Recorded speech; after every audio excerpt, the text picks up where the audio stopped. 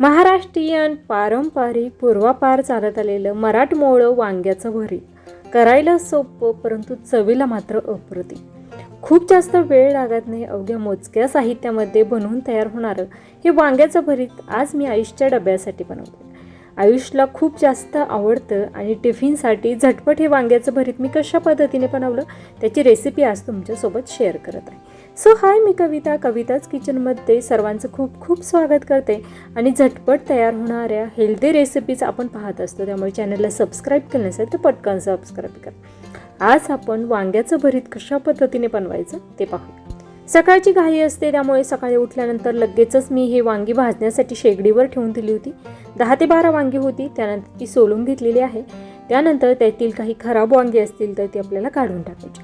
वांगी छान असे आपली तयार आहे. लगेचच भरीत करण्यासाठी घेऊया. त्यासाठी कढईमध्ये टाकायचं तेल. शक्यतो मला वांग्याचं भरीत हे लोखंडी कढईमध्ये केलेलंच आवडतं, त्यामुळे या ठिकाणी लोखंडी कढईचा वापर केलेला आहे. तेल छान गरम झालं की नाही हे चेक करण्यासाठी थोडासा लसूण टाकलेला होता. जिरं टाकलेलं आहे 1 चमचा. जिरं छान असं फुलल्यानंतर आपण यामध्ये टाकलेला आहे कांदा. मोठ्या आकाराचा 1 कांदा छान असा कट करून घेतला. आता शक्यतो वांग्याच्या भरीतमध्ये मी खूप जास्त बारीक चॉप केलेला कांदा वापरत नाही, थोडासा जाडसरच कांदा या ठिकाणी वापरत असते.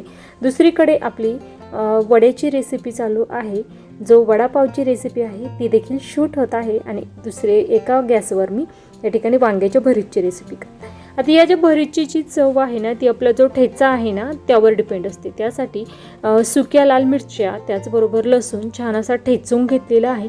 हलकासा या ठिकाणी मिरच्या मी तळून घेतलेल्या होत्या, त्या ठेचून घेतलेल्या आहे. हा ठेचा आपण यामध्ये टाकायचा. कांदा छान असा लालसर रंगावर भाजून झालेला आहे. लगेचच आपल्याला यामध्ये जी सोलून घेतलेली वांगी होती ती सगळी टाकायची. आता या ठिकाणी तुम्हाला कांद्याचं प्रमाण कमी अधिक करायचं असेल तरी देखील करू शकता, परंतु या ठिकाणी मोठ्या आकाराचा 1 कांदा या ठिकाणी टाकलेला आहे. अगदी थोडंसं भरीत मी सोलून घेतलेलं शिल्लक ठेवलेलं आहे, जे मला मिठाचं बनवायचं आहे. त्यानंतर अशा पद्धतीने छान सगळं मिक्स करून घ्यायचं. त्यानंतर या ठिकाणी अगदी आपल्याला व्यवस्थित असं या ठिकाणी हलवत राहायचं आहे. यामध्ये टाकूया चवीनुसार मीठ. आणि वांग्याचं भरीत म्हटलं की वांग्याच्या भरीतची चव 2 गोष्टीवर डिपेंड असते. एकतर खूप सारी बारीक चिरलेली कोथिंबीर आणि दुसरा म्हणजे जो ठेचा आपण लसूण आणि लाल मिरचीचा वापरलेला आहे तो. तुम्हाला जर झणझणीतपणा जास्त आवडत असेल तर लाल मिरचीचं प्रमाण तुम्ही वाढवलं तरीही चालणार आहे, परंतु लहान मुलांसाठी बनवत आहे त्यामुळे मी हा ठेचा थोडासा कमी प्रमाणातच वापरलेला आहे. अगोदर छान असं आपण अशा पद्धतीने व्यवस्थित मीठ मिक्स करून घेऊया. गॅसचा फ्लेम हा मध्यम केलेला आहे. मध्यम आचेवर व्यवस्थित असं मिक्स करून घेणार आहे. करायला सोपं आहे, बेसिक टिप्स आहे, परंतु ह्या टिप्स जर तुम्ही वापरल्या तर तुमचं भरीत देखील छान परफेक्ट असंच तयार होणार. व्यवस्थित असं मिक्स करून घ्यायचं. वांग्याचं भरीत मी परतवून घेत आहे. तोपर्यंत तुम्ही जर चॅनलला सबस्क्राईब केलं नसेल तर पटकन सबस्क्राईब करा, कारण इथे मिळतात रेस्टॉरंट रेसिपींसोबतच मराठमोळ्या रेसिपीज देखील. त्याचबरोबर वर्षभर एकही दिवस सुट्टी न घेता दररोज दुपारी 12 वाजता अशाच नवनवीन रेसिपीज आपण पाहत असतो, त्यामुळे प्लीज चॅनलला सबस्क्राईब करा. या ठिकाणी ताजी फ्रेश खूप सगळी बारीक चिरलेली कोथिंबीर यामध्ये टाकलेली आहे. छान अशी मिक्स करून घ्यायची. आणि या ठिकाणी अवघ्या 5 मिनिटांमध्ये गरमागरम आपलं वांग्याचं भरीत तयार झालं.